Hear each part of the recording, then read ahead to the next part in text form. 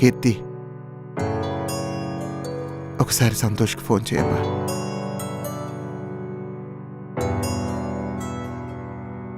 Cheers.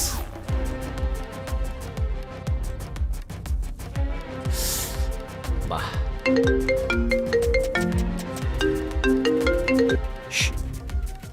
Hello, ఆ కీర్తి చెప్పు. ఒక్క నిమిషం, నాన్న మాట్లాడతారంట. సరే.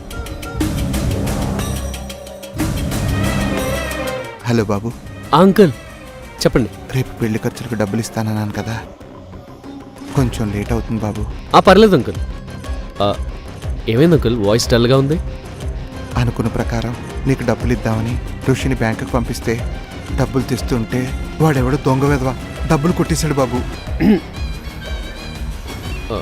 అయ్యో, అలా ఎలా అయింది అంకుల్? జాగ్రత్తగా ఉండాలి కదా. అంతా నా తలరాత. ఉన్నాడు కదా నా దరిద్రానికి ఒకడు. సరే సరే అంకుల్, కంగారు పడుతుంది. 2 రోజులే కదా, వెయిట్ చేస్తాను. ఓకే సరే బాబు, ఉంటాను. ఏంద్రా మనం కొట్టేసిన డబ్బులు మీ మామవా? అదేగా ట్విస్ట్, నాకు రావాల్సిన డబ్బులు నేనే కొట్టేశాను.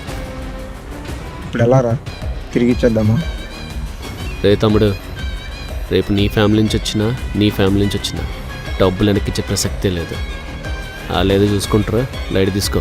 ఇంకా నయ్యో, డబ్బులు పోయని చెప్పి పెళ్లి పోస్ట్ పోన్ చేయలేదు.